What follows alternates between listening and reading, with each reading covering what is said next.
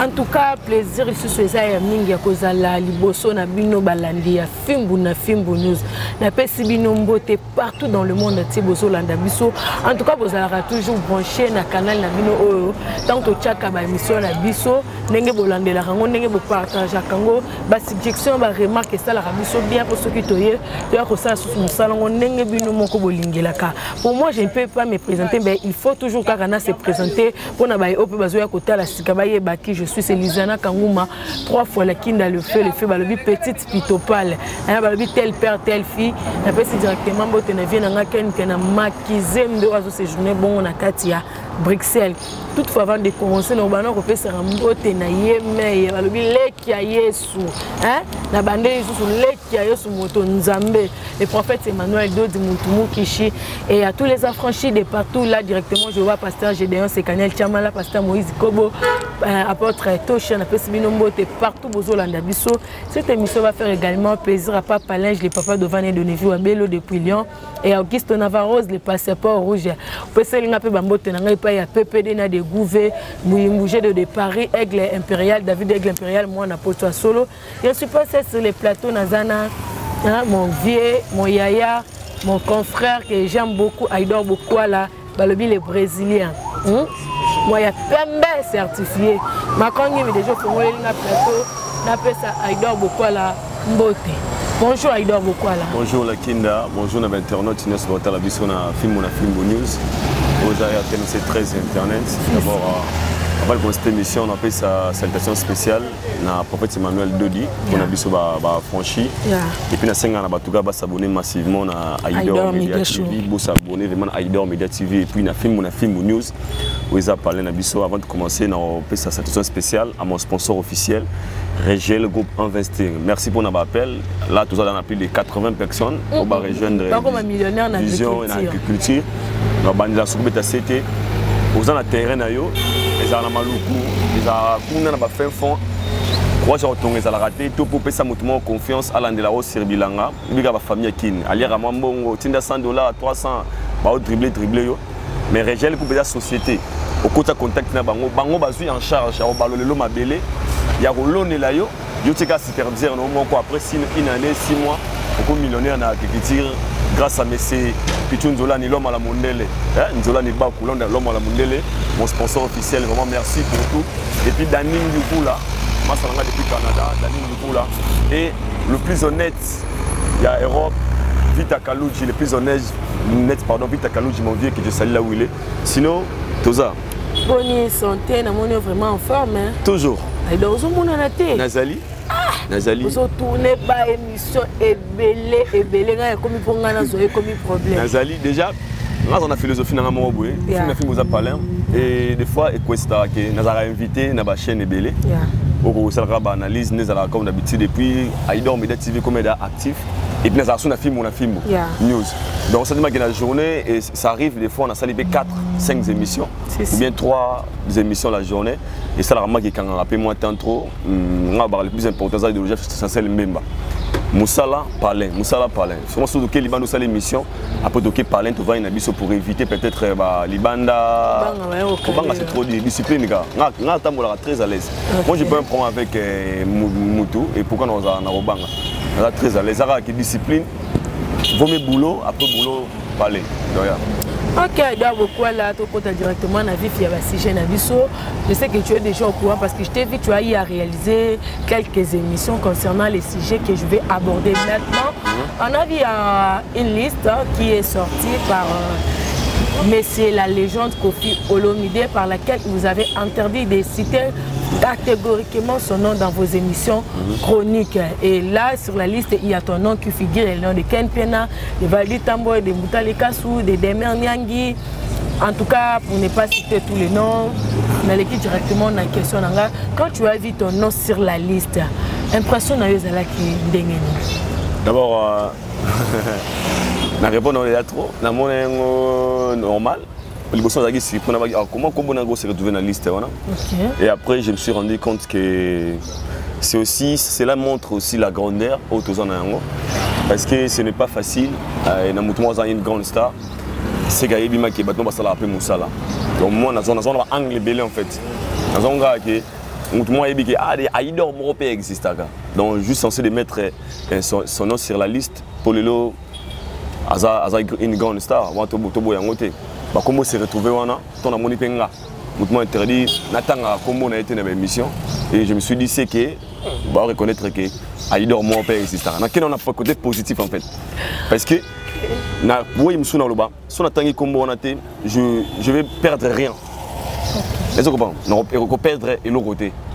Mais oui, monsieur Nabi, donc c'est là qui montre grandeur. Il y a Moussa Nabi, ce qui tout ça, sous Moukete, tu commis quelque part. Donc tout ça, donc comment on est quelque part, si on se retrouve dans la liste, donc mon ego, n'a pas oui et belé. Et du coup, chacun est libre de recevoir des décisions. Ils ont dérangé et l'autre côté et ça me gêne de rien. Ils ont changé au je reste vrai envers Ngamoko et avec la vérité qui sera dans ma bouche. On a bomara yangote pour yangote ça qui les lobbies peut-être tout se retrouver dans la liste en fait. Et tu sais pourquoi tu as été mis sur la liste? Si tu ne le sais pas, moi je vais te dire. Moi je me reproche de rien en fait. Ouais. De pénétrer trop dans sa vie privée. Donc je ne sais pas si le besoin on a ouais belé on autant c'est que aux autres considérer que quand tu as vie privée naïe. Comme je me reproche de rien parce que je me reproche de rien. Une vie privée qui est allée à la public, ce n'est plus une vie privée. Vie privée c'est la vie privée. Mon ami chose que on a parlé nanga. Peut-être yo bureau nanga mtu peut-être aïda on a bon déménager ça la boye boye. Mais si on a été fait la comique neza bon na longwa matongi na ogesiga boye. Ce n'est plus une vie privée. C'est une vie publique. C'est une vie privée. Une privée ça oyo mutu dans foyer bango foza kati. Donc on a vie privée. Mais vie privée oyo dali banda ba tele na public. Ça suivi privée. Vie privée ça ba intimité ba loroma ke o mutu foyer bango foza la mutakati. Alors moi déjà je me reproche de rien pour éviter que si même un jour on a ça analyse sur la vie privée d'un artiste, donc vie peut-être un sincère au coco bien qu'on dénigre, bien qu'on salir, je me reproche de rien. Il y en a qui ont un angle je ne touche pas la vie privée à Batou. Et tant que chroniqueur, je me limite à l'Italie musique, à la culture. Et je me reproche de rien d'être sincère. Il n'y a rien de grave là-dessus. Il n'y a rien de grave, le but bien que c'est une légende. Donc, ce qu'actualité par exemple, mais la liste il est une légende. Je réponds à ma question. L'être sincère. J'ai dit ceci, hein. Il a dit de ne pas citer son nom dans vos émissions et tout. Maintenant, s'il y a un sujet qui concerne la musique, parce que Moussa n'a des informations à donner sur son actualité, ça livre mais bien sûr, pourquoi pas. Vous me laissez que na baby simu c'est que na ligne sur musala na ligne c'est que na comment baby ça comme musala manika kenda ki manike c'est manique moi c'est Aïdor na conscient que na finga batute na déroute raté peut-être na mara mususu et j'aime na bi ndenge na marcher na musala ngai alors na baté na obanga so comme ko banga na musala ça veut dire que comme c'est vrai en fait et comme moi je suis vrai, je reste vrai envers l'amour. Donc c'est ça. Ok, lui aussi il a parlé de la vie privée mais pas de la musique. Donc ce qui concerne de la musique, nous on sera censé de venir en parler. On passe directement à ma deuxième question, la sortie des Maniké de John Oaza Mamo Tozala Kanaye. Avant Naya Sousou na basu question na ngam Sousou. Est-ce qu'on y a la kio comme on a Maniké libre? Je suis très content parce que Maniké c'est une mère parce qu'on a pas âge dans la cour. Si c'est. Ils ont un telling à passer à moto et surtout intervenir dans Maniké. Ils ont été toi qui pourrait ingérer tout bawa salaki. Ils avaient qu'à la manière dont elle était traitée en fait. Tu connais qui mingi agent de l'ordre. Tu vois que la manière où beaucoup de sala sur beaucoup kanga moto, la façon dont ça est là, ils ont mal à monter. Moi je muta kusane mabe mettons que kangaye faut moi humanisme ça là moi respect à wana ya moto et ça là. Et on a qui parle à Maniké dans point wana. Dans point que peu importe où à salaki, elle méritait de ne pas être traitée de la sorte. Ndinga telemeka ngona mettons mon gars bimaki. Les gens n'ont pas Nathalie, une femme seule qui vit avec ses enfants. Au Banabalia, une mère célibataire, pardon. Au Banabalia, Simanaye. Qu'au privé, liberté, c'est aussi que ça, Banamo, Binapasi. Au Balia, peut-être na Sima, maman na Bangwana. Et na raison souvent na bi ah, cause ici capacité wana. Elle a des enfants. Au Batangaka, au pays, parce qu'elle fout à parler. bana wana ba supporter maman na bango azala liban musika na bango c'est parce que elle avait peur de voir sa maman loin d'elle et puis ne sika passer mutu mota linga ko mona mutu sika passer même mutu abomi mutu so ba kateli prison ba 20 ans de prison ba wana puis so ba kapeka maman ba souffrir peu importe ma bien salaki alors nga c'est blague nga bimaki comme nous tous sommes des Congolais de la vie ba les linge ça c'est la en famille tous biso so ba Congolais et ça le remonte nga na mona mutako comme ça mutu na sika passer makasi ka bomika mutu te so ka bomika mutu te na limite ko la mutu na niveau que on a collé jusqu'au fond, tant que tu as la mitema. Et na sepela qui n'a remonté au bima. Et j'étais très content. Et tant que citoyen congolais, et puis tant que moi na, wa kolinga mona maman nyoso na malam. En fait, mais le reste, n'a dit que la loi est dire mais c'est la loi. Na bara nul ne décide de la loi. Ce qui me béco. Et mon ami qui est là à Salaki, c'est un qui a se retrouvé à Wana pendant très longtemps. À Linga Gazalawana. Mais tant que bâti Libana provisoirement, et je pense que les deux on peut aussi accorder maman ou moins chance à Zala. Moi Libana par rapport à la raison bon bah ebi mais na rien c'est communiquer Libana. Mais manique des gens peut tant abimi à ce qui va me qui est na mon flairé. Est-ce que tu trouves ça juste que bah mais m'a accusé et pas y a plaignante au lieu de me na parquet? La raison est Salama Kiwana. Moi je suis avec le raboué. Nana maîtrise non ma casté pour habiter le nez pour ça que me maïe kuna. Ils a deal sur quoi? Peut-être ouais na y a côté na manes côté aussi qu'on a dans la maîtrise dans côté. Non pas ça va détail trop pour na bi que mibeko na bi que mibeko so bakangi mutu ils ont essayé ba kendara ne bien approprié. Mais toi les gars ba sur côté on a peut-être il y avait un deal pour parler moi boy.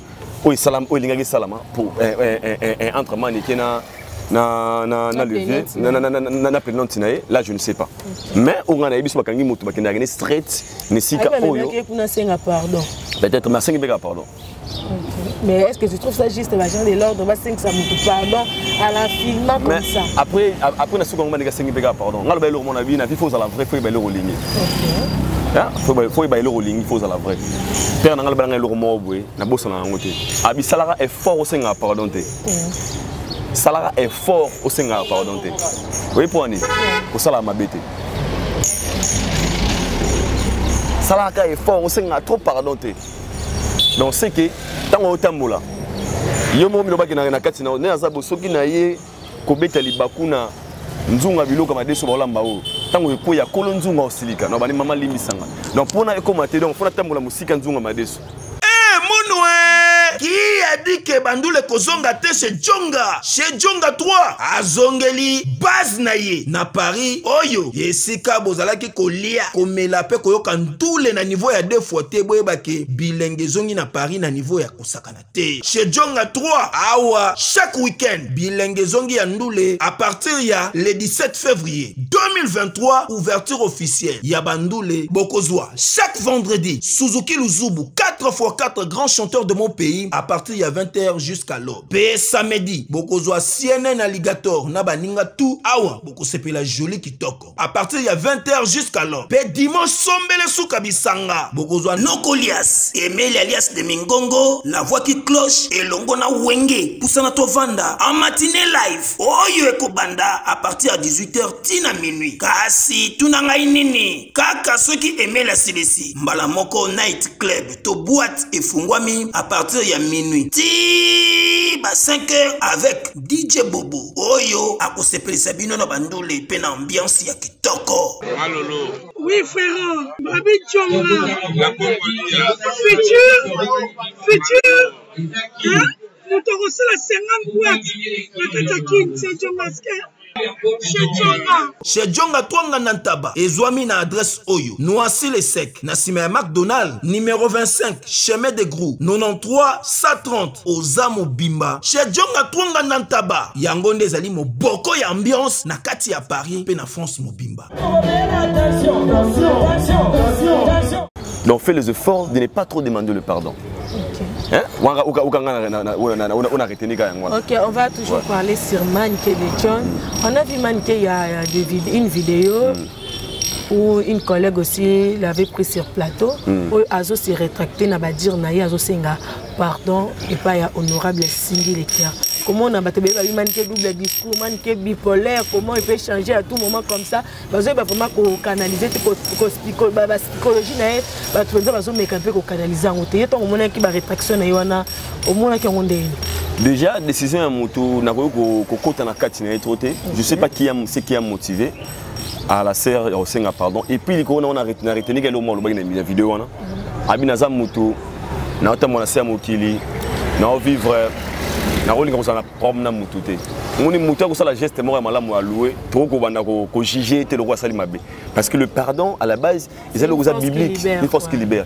Si elle se condamne de quelque chose, là elle peut demander pardon. Si consciemment, elle menace à boyer, na sala activement boyer, ou ils observent muté. Pour les 4 vidéos on a le mot lobby abi, na ko finga ba femme stérilité. Déjà ngana émission de sala, on a sala. Na valdi, ko toleka. Tant maniga finga ba kangai. Na bit mo tango fingi muto abota raté. Au fin il est monté parce qu'il y a des familles, il y a des femmes, il y a des foyers où on souffrir les locaux. Les hommes sont à mon ébélé mais on s'en moine. Mais il y a pas ce qu'on manique. Tant que moi au fin il monte mais il m'a directement que suivi à finir à décourager. Je pense que dans ces points, manique était obligé tant qu'une femme parce que dans ce famille on a mobile.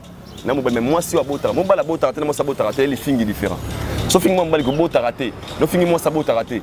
Tous sont différents. La femme est ça la passe parce que moi c'est un bon maramouana. Ils sont pas sarandés moi. Pas seulement ça au gaso biso au fin ya botarate et à passer au mbala royo gâté. Alors moi tant qu'une femme, je pense que pardon na epeza ko accompagner ko consoler mité mabato bazokaki. Na komika na pona aucune de l'attendre parler avec ko justifier atali yanga soigner et na ko condamner acte wana te wana fona za la inhumain so benga na anglais heartless. Ça la inhumain za la motuté que m'ta usenga pardon bana wete ozali double discours sali non. Si elle se reproche de quelque chose, si elle est consciente que ngama niki na sala ki mabe, elle veut demander pardon publiquement. Moi je trouve ça normal et normal. Tant on yebi que ça likambo. Oui, que c'est pardon. Je me réveille pourquoi. Il a raison. Oui, et moi t'as pardonné en fait. Na roba ko wate ke maneke au timité oui on sont au niveau là c'est que mutu ça la maintenant singa siko comme je me reproche de rien dans la pardon singa mututé parce que na conscient que je n'ai rien fait et on a ça les mutu na roba na niveau na justifier na pardon. Mais comme la sœur se reproche de quelque chose et j'ai geste alloué ils ont le moyen pour apprécier parce que animé ko ça publiquement habité na ça public pour mingi. Peut-être les lois condamnés, il faut y hymne on a pas conseil numéro. Na vie il faut décider.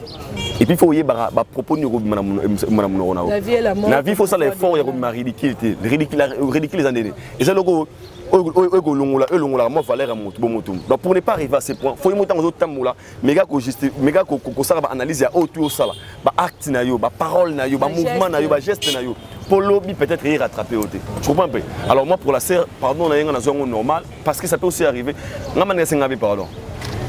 Tout ça des bamo uniforme. On va pas ça bongo. Aïe papa aïe de se peine ngote limbisa. Rappelle c'est skiza quand attends on yo pe so skiza ka boy lelo bo tapé. Alors moi na ozongo na nga faute si vraiment c'est ça sincère, on na mutema na ye et on tozo banga ko changer les. Ah là wana dépendre na ye mo on se dépend na mo ngana na côté malamu na zuya donc na zuya bongo. D'accord, on va évoluer, bouger de départ, mon tonton préféré.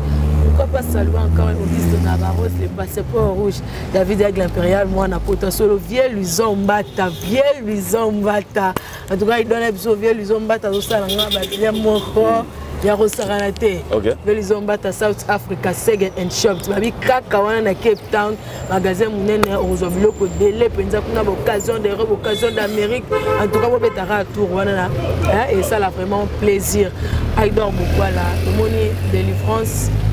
Il y a Kikola, Oazali, petit frère propre, il y a artiste Nabiso Mounene, Ferrego, l'angam qu'on a sauvé l'homme de Bizorbi, vraiment successful challenge, magazine TikTok en tout cas, et ça lui plaisir plaisir. Et au moins, on a un artiste qui a vraiment émergé dans la nouvelle tendance, à s'intégrer, pendant que Biso Tobané ko souhaité là, en délivrance c'est Kikola et ça lui on déjà, étant que humain, na rolling au monde na capacité, je suis congolais. Et je suis d'abord très content. Il y a un témoignage de Maki qui n'a pas si les lois n'ont pas salé Ngola Tamboli pendant qu'elle a souffert une année et demie. Et comme on est à côté de Makoloba, et on a rendu à Guaradie parce que peu importe, nous sommes tous en Sika Moto, humanisme, il faut ça la vie à Moto. Et c'est un Congolais de mon pays, c'est un artiste de mon pays. Oyolelo, absence naie peut vous allez s'ingoter peut-être présence naie na art na culture na biso ça peut contribuer quelque chose ya roteka culture na biso nzambe encore une fois azala naie azana famille mobimba abatela ye surtout apesa ye makasi lisusu azongi la santé des agili liboso a continuer musala naie automisa na koyeba ye na yango komone bongo c'est une personne na mona ye mbote na la télévision comment la transformation wana etant que moto ça fait trop mal au cœur. Tu vois, mec, la personne souffrait. Yeah. Mais comme on a n'engagé pasteur Azo Biga ensemble, la n'enga était qui n'a on a commis dans l'élo et on a souhaité ça que Nzamba Sunga sous soit payé ma casse, balan de la prière et puis na hôpital et ça là que Azo retrouvé sous santé na pour moni la santé n'a pas de prix. Moi sous santé tout ici, faut ça tout comme un autre. Pour surtout tout sur la boîte pour y apporter un autre macasse. Surtout les miawa, nous avons macasse sur le bas sous boîte. Et comme on est bon, on a yébi que Nzambe a mawa, surtout Nzamba ba franchi, soit franchi. Nzamba ba franchi, à revisiter pays ici Gazali. Et puis quand on a mal au beau, le bon les allez connaître, retrouver sous une de Ronabiso. Donc na Kaboli vraiment. Et le roi a famille et je suis sûr que la famille n'a pas le courage à retrouver les santé pour artiste Mboka Ferrego là abandonné qu'il est qui n'a est-ce que ça y était des balbaka mission na biso moi ba bikrigi ane zanga raté était mtazo linga set ça est bien ndenge neti aussi qu'on est bien vie privée yango OK parce que mututu ko mona Congo na fongola mo parenthèse bato ka bazo ba metwa mayele. Moi, je suis TV pour nous. Alia papa, alia maman, on a discours, on a discours faible, on a imbécile. On a son âme maïle, maïle les années. Dans la vie, nous devons vivre à boire. Maladie ezali, koufa ezali, kobota me ezali. Laissez comprendre. Celle au Congo, ne koufa, ya, est sous normalité. Maladie est sous normalité. Kobota, même kobota est sous normalité. Même kozanga bana est sous normalité. Ok.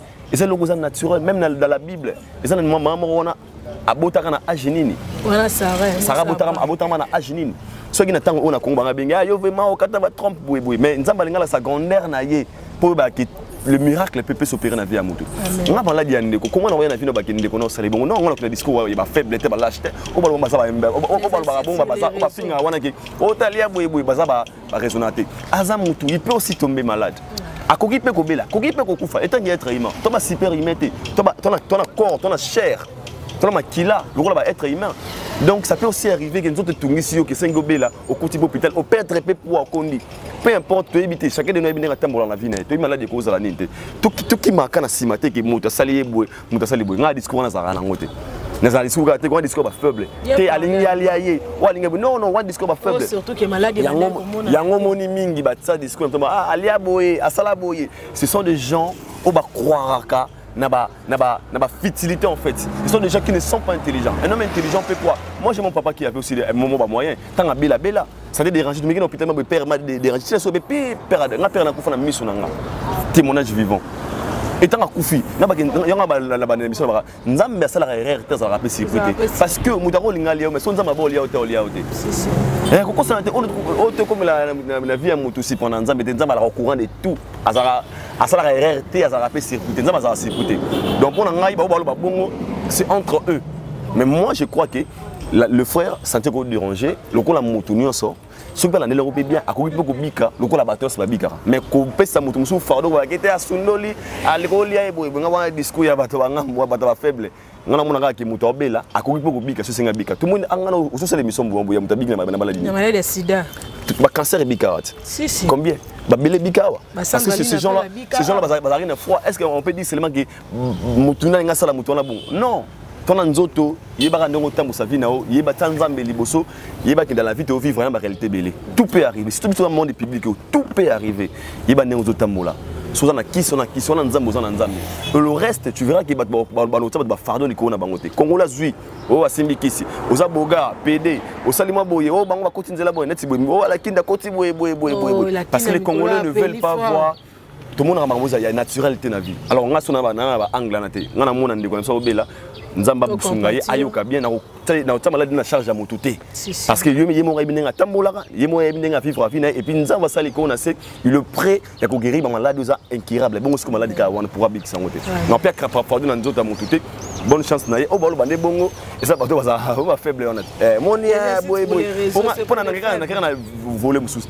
so ka maladi o de génération de connaissance il pas star elle kende comme mususu ndenge elingaki ezala obine ba banga interpréter ngo pas les kenan na peka exemple n'importe quel artiste star gamo obine ba banga interpréter là parce que ces gens là on irait mukiliza au bon organiser zaïla. OK, Dieu a sa façon de faire des choses.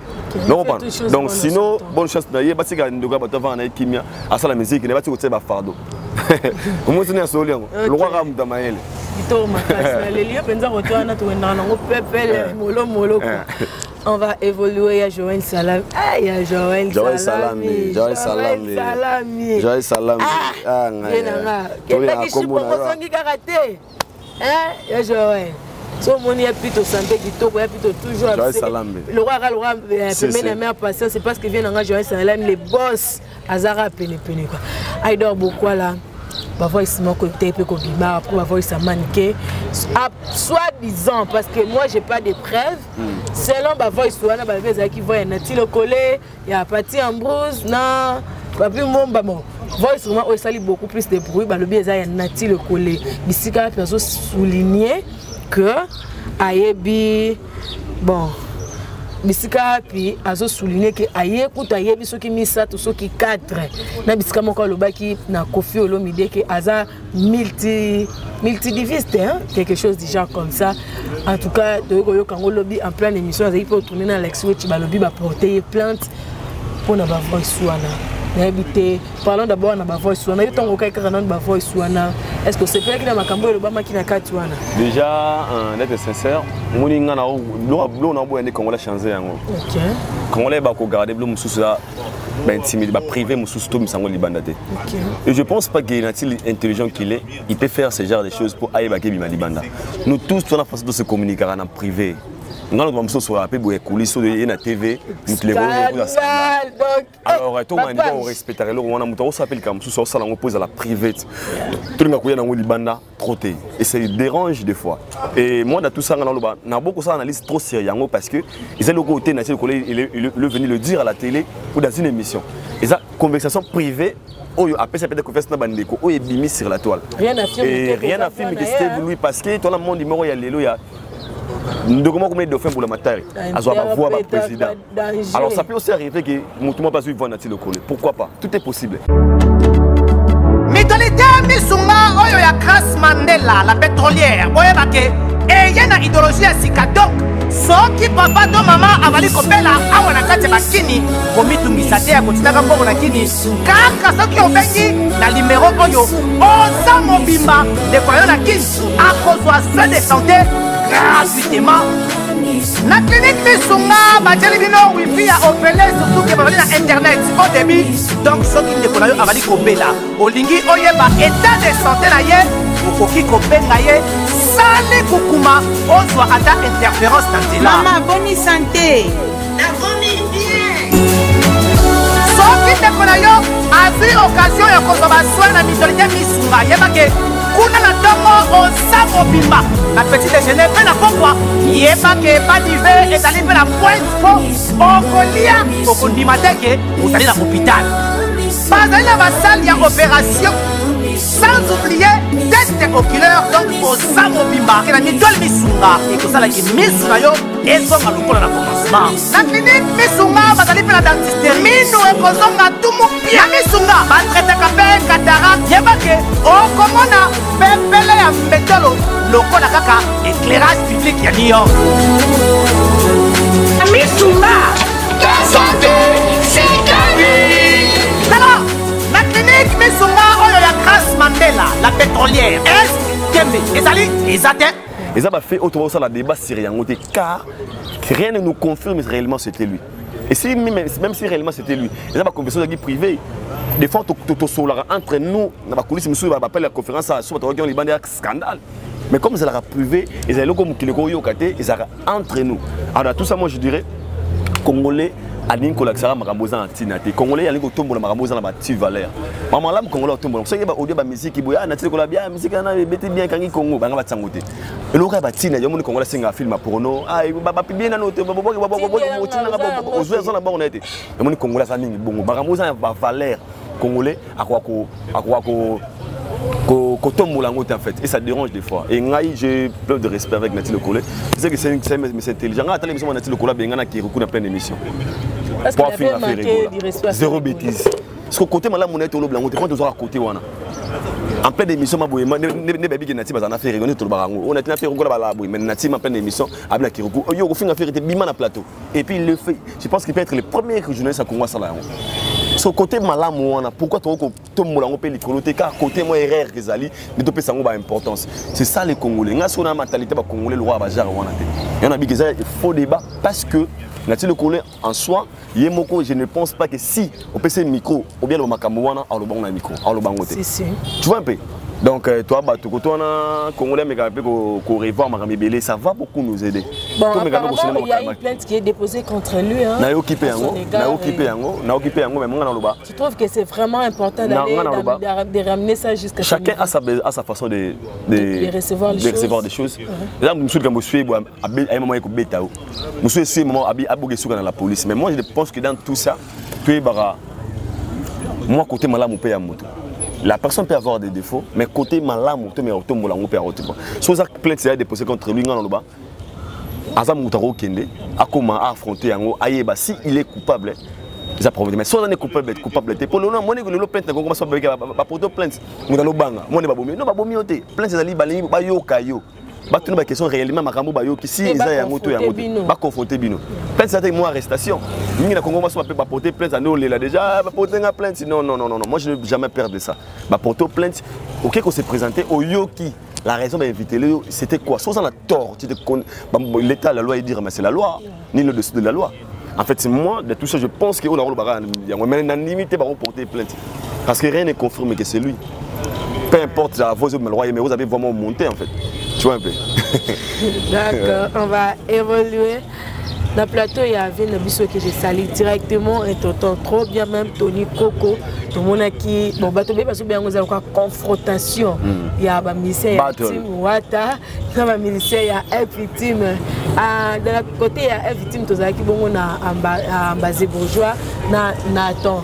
Et puis d'un côté, on a eu Smoke, l'autre ministère en tout cas on a eu bien plaisir trotter. Tout le monde a vraiment confrontation, échange de paroles fort moi que ça qui wana. Et bateau belé ba déplorer on ba le but pourquoi bien la biso Tony Coco a checké bango en face c'est parce que ce qu'elle a karamukia et comme Maramanzoto. Parce que confrontation au Yomonaki, qu'est-ce que tu as en tiré dedans? Je mets et j'étais très content de Tony Coco et puis la maturité des artistes. Au moins il y a une musique au banane comme banane boy. Moi il débat, moi il faut débat musique. Qui chante mieux, qui est un artiste. Tony Coco franchement encore une fois félicitations. Et beaucoup de gens ont découvert Smoke jour émission comme Tony Coco. Parce que les gens vont découvrir qui est en fait. Ils vont découvrir qui est sous ma casse. Par rapport à en fait. Net mo de marron de fois jour mingi c'est que les mingi ba Smoke et pas wata o ba ibani mingi bazali bandi ba Jack Love allez mais Smoke mingi ba découvrir pour Smoke amutu nanga c'est vraiment fondamental aye magadega c'est vraiment un bon chanteur. OK on a mingi ba découvrir Smoke na comme voit même son nom même son et c'est ça ce jour-là tout ça qu'on a deux camps. Moi, je vais défendre couleur et orchestre, après je vais défendre la couleur orchestre. Ce jour-là, tu verras que le plateau est départagé en deux. Quand on dit qu'il fallait, parce que Rumba fallait, qui hérité, on a besoin de et je pense que tout ça, ça va maintenant pousser les artistes à travailler, dire, pour défendre l'art en bango. Tout comme la concurrence, vous venez à la télé pour parler de votre musique, il y a des déplacements à Bino, il y a un côté positif. Comme dans côté, il y a polémique, peut-être entre eux et Mengai. Namoni ce jour-là, un jeune au nom de Smoke, on le qui le et puis la sur la toile parce que Aya qui défendre au questionnaire la team Wata, avec le savoir-faire au hasard dans la musique, quand tout le monde qui n'attend de longues jambes dans Ambassi, ben qu'on défendre la F victime, avec le savoir-faire au Yobang Baby Gosala. Donc j'étais fier de voir des artistes dans le plateau, peu importe. La maturité dégagée jour et c'est que moi j'avais aimé pardon la maturité dans le plateau c'est ça c'est qu'on a besoin mais c'est que commandé boyer Je pense que ça va nous aider de savoir qui est grand, qui est petit, qui est qui. Très bien. On est sincère, ce jour-là, Smoke avait plein d'énergie, à plein plateau. Et là, on peut confondre les amis. Smoke a la même voix qu'Héritier Watanabe. La voix moko. Parce que Bazela qui vient Ambassi a sa voix affali. Or c'est impossible. Ambassi c'est Ambassi. Non, déjà Ambassi on a amtade. Donc Bazela qui sont niens Smoke tombe ba banzemba fo ya wata. Lokola incarnaka wata. Bazaka guwana. Ba ma ko wata oyemba. So ka Ambassi c'était différent. So ka basaki jidon mutu quoi. Nakati wana ongoka elengi moko mususu lelo eza ba mawalura afali parce que Ambassi ba désémiste donc ba pesa ki même banze masfali mais ba yembi yango na ayembi na Ambassi yamoni batu mususu bango ndenge apesi couleur ma o balinga kité mais pour moi je pense que lokola yemba ki na orgam mutemi na orgam te ba yembi bien nzembe wakota na note c'est l'essentiel mais ce que Smoke azaki au top makasi pona voyer hérité et ayemba ngo siko na ngongo hérité donc hérité ne vota yemba bref qui a gagné.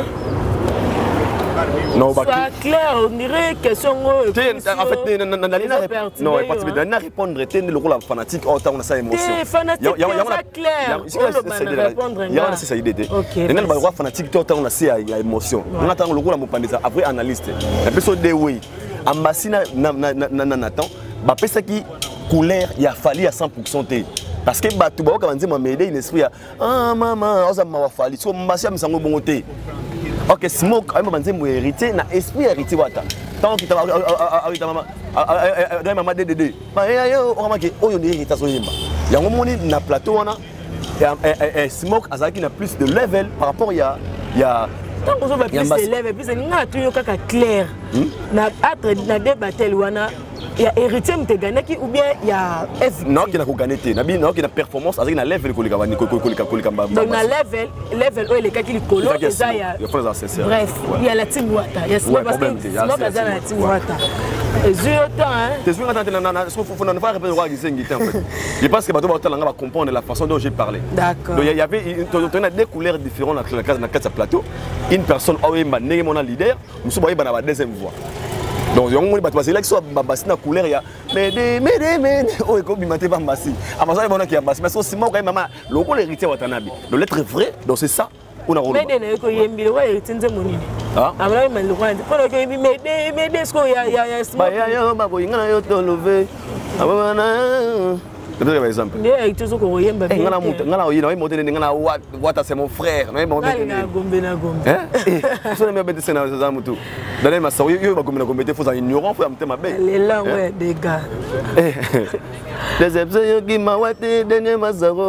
Chérie, mon amour, permettez.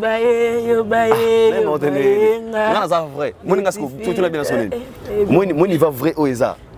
Est-ce que vous avez un sentiment que ça m'a montré que ça devrait être vrai? Je vois une analyse personnelle. Junior Moutou quoi. Moi je Moutou quoi. Pour moi, les alibés maître, na lela est fort général. On a ma fan en fait. Mais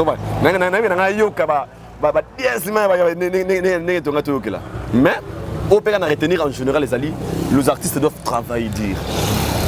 Doivent travailler vraiment dire nangamba Smoke parce que jour wana ba tumuso ba découvrir ba Ambassi Nanata. Oh, Mbappé, autour de Sarabazaka, ils ont Mbappé. Porter parole. Ils ont Mbappé. Et ce jour-là, j'avais vraiment aimé l'initiative, pardon, de l'émission, il y a confrontation. Et donc, vraiment, il y a une manière aussi à Roteka, l'artiste. Donc, courage à Smoke, et puis courage aussi à Ambassi Nathan, au défendre un couleur à Air victime. Et courage aussi à.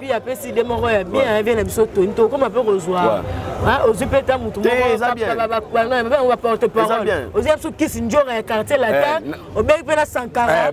C'est une bonne idée. C'est une bonne idée. Mais sinon, courage, j'avais aimé l'émission. Je suis fan de l'émission. Vraiment, je suis fan de l'émission. Ah, dans baya na plateau babonga na ba jeton mais babundite babundite bon jeton zaki na kati wana jeton ko sakana et ça va aussi motiver l'idée mso bia what est-ce que ça qui bia ya yo ba yo faut avoir GP sous ba qui ba concert bien et motiver ngambo pe côté pe bia te ne mangwe ki ne pe photo salon pe boy et moi j'avais vraiment aimé l'idée et c'est communion wana na plateau malgré pic Batikala vraiment mature et bonne chance et félicitations à lui.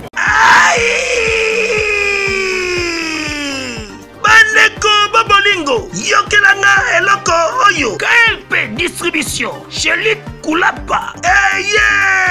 Société KLP Distribution, ils sont spécialisés dans la distribution de boissons alcooliques, locola, whisky, champagne, vin, PMI Soussou, Bazali Koteka, boissons non alcoolisées, locola, coca, fanta, Ozamo Bimba.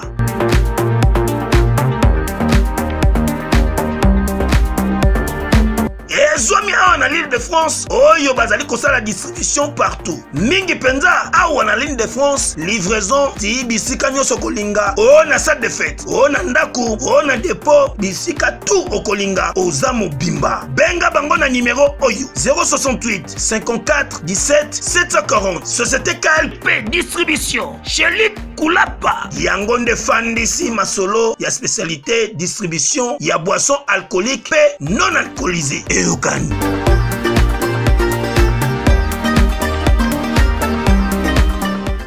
est presque à la fin, on prend la dernière question. Alex Ouechi, notre frère de tout le temps aux Alranaye, il est menacé. La menace naye et bimine à deux sources. Moi quand Olanda qui merveille Rambo en communication avec qui vient de qui est na Makizembe, qui va reluka, va rebetailler, boye côté msous to yoki sous. Héritier Watana Baloba qui availle à zongé l'émission, il faut ayoka sango. OK on banane. Donc on a basia. Au biso doit battement vraiment information comme il a biso bi réunion mo salama ki ultimatum na eko qui va zongé la émission, il faut ayoka sango ba pesa ki batu $800. Ba bi basanga ina batu. Wana yo information yo pesa. Information o nga penza na yoka ki o ekomela ki ngai na vient na ken puis na Makizembe ekomela ki so pe na Alexis Moko. Ton frère il est menacé. Message fort nous lancer.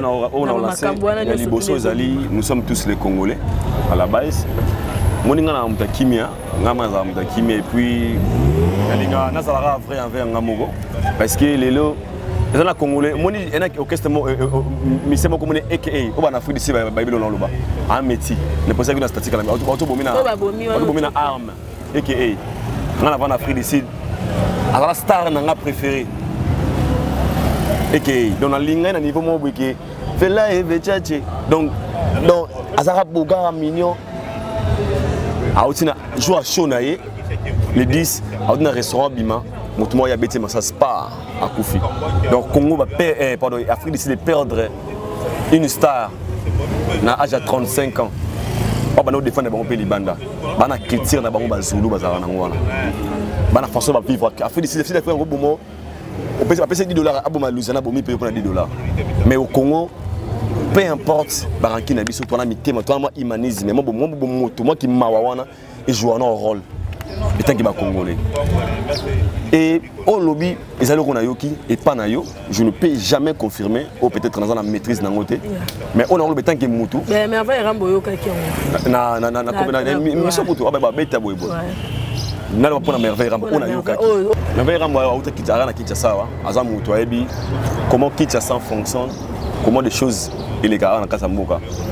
Déjà, étant que bateau, guerre ya musique, il y a biso na Congo, na esukana ya kobomanate. Esukana ka polémique, tout le monde a pour moi ngana ba Sankara na ba vina biso ba Roger Ngandu. Ngaba ba sola, ngaba ba mama na bidemi ya dega. Mais comme on a karibu moi, il y a après cette formation, il y a abimi. Donc ça veut dire que tout tika ngo na musique, ba polémique mo bezaka etika likara la musique et ben on toucher peut-être la perte ça va vite et puis on a la carte tu as donné on a sous kende ba beba na njora bongo mais c'est traquer ba njora solo là mais je na mona njora ben on a tout sona qui njora mais affaire ramba binenge les carapé yemo na sanka ba finga na yemo ba kuta na ba yemo na kene piano mais ko système ba en mususu ce n'est pas du tout bien toi ba congolais à la base tout ça la musique tout ça la mancrate monde musical mais tout me kozabena ma humanisme mo moto là je parle côté ya merveille rambo tango lo balika msuyi ça peut te libana mboka wana oza na Congo te peut-être ba vidéo no kaka ko pour rattraper yo tant ba beko comme la moto un peu innocent ne sera pas du tout bien toi ba tu ba ko ça la part des choses aujourd'hui quand nous parlons de la musique aujourd'hui tout commence à ba pékalé ba kufa ba tala mona ba kenda et même tous ces artistes un jour passeront pardon basa be vina bango basa ba carrière na bango et biso ba tout ça même ça na au garto ba ndeko sala comment to ko tamola pour lobby et rattraper futur na biso te merveille ram ko vraiment faut me resala moi qui va ko prononcer makambo ya ba menace ya ba attaque c'est même pas du tout des sites ça na kata monde yo ende fo sonara oui ba musu pe finga na ba sala ba bete mais pourquoi on citer un numéro qui n'est pas du tout bien mais pour na watanga roloba nabi que Gogaza Mutu il a aussi un cœur a déjà fait batou pendant très longtemps. Albine musique et fonctionnera. Et je suis sûr que c'était comme, je le précise bien, Nazana maîtrise était, il y a maman lobby si réellement vrai, je ne peux pas confirmer, mais on a le besoin de les linges sales c'est la famille. Mon famille est sacrée. Les gens congolais morts, les gens congolais n'a pas. On a bon avant d'abord on a bien été moula.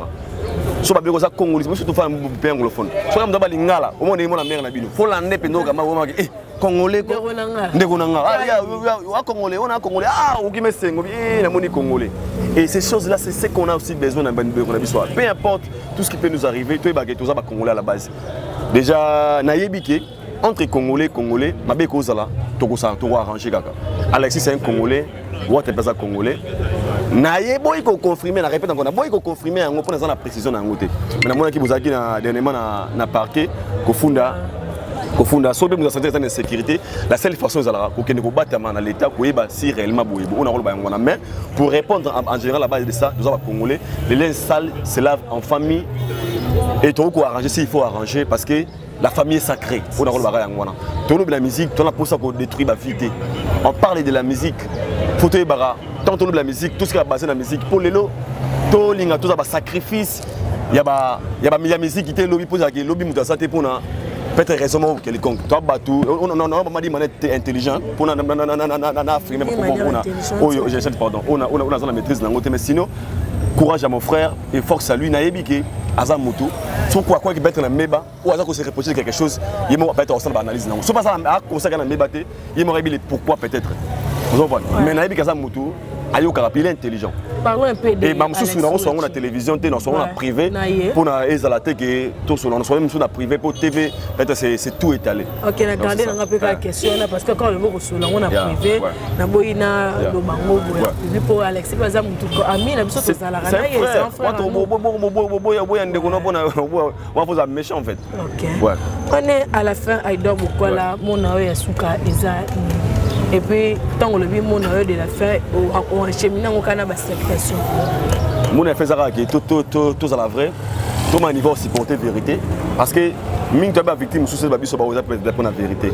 Quand tu parles trop de vérité, et bah, tu vas digérer la vérité en côté, et comme ça, on dirait, toi, faux. Et quand tu es sur le moment à l'aise, autant on rebat, ma pote, ma vérité. Et moi, je dirais, tu vois, que la vérité triomphe, tout à la vraie envers Bissomoro.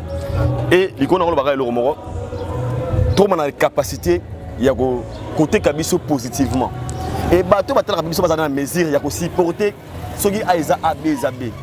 Maman, c'est très important. Ceux qui ont APMB, bébé ont APMB, bébé ont minute. Parce que monsieur Mona est monsieur ko saraté. Ceux qui ont Choko, bébé ont Choko, bébé ont métis. Pour na Choko. Tu comprends un peu? Donc c'est ça. Donc la vérité reine dans mon là tout au bas la vérité. Et surtout que tout ça là pour promouvoir la culture congolaise, tout ça là pour dire que de vérité, il y a une seule musique nabiso et marché avec culture nabiso et Kennedy Bosso. Et je parle tant que certifié à peine tant que mongal mais intelligent, moi mon certifié. Certifié les gros namo. Merci beaucoup avec donc quelques salutations, on est à la fin. Bah s'abonner à Aïdor Media TV.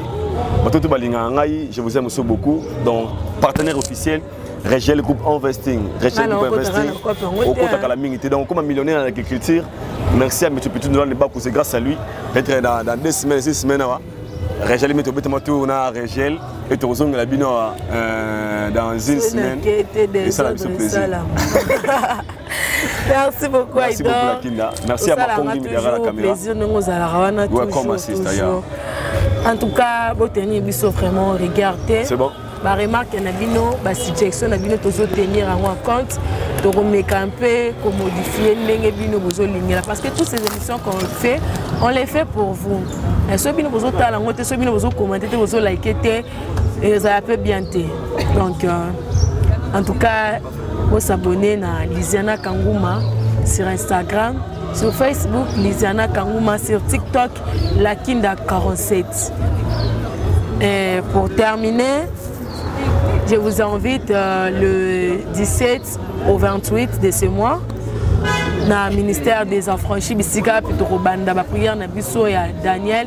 En tout cas, il y a nombreux maintenant sur bazan ba problème aux otongisa bino na invité bino penza ba solution bino zo pesa ma. Na yebi déjà Fabrice Liboata ya Sarah Eli Paroya et na bengi sibino son numéro eza kaka wana. Ceux qui vont bien être numéro wana botinga ta ceux qui vont zuite bo comme pe numéro na biso pesa ka wana likolo to koroye bandenge nini ya orienté bino. C'était avec Makongi derrière la caméra. Lysiana Kangouma 3 fois Lakinda le fait. On se dit à bientôt.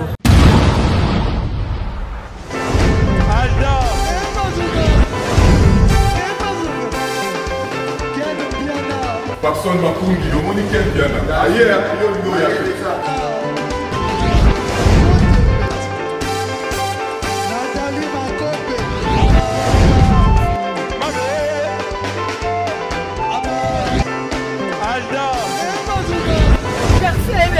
Fali a un bateau là qui est en haut, donc il m'a envoyé que le bien.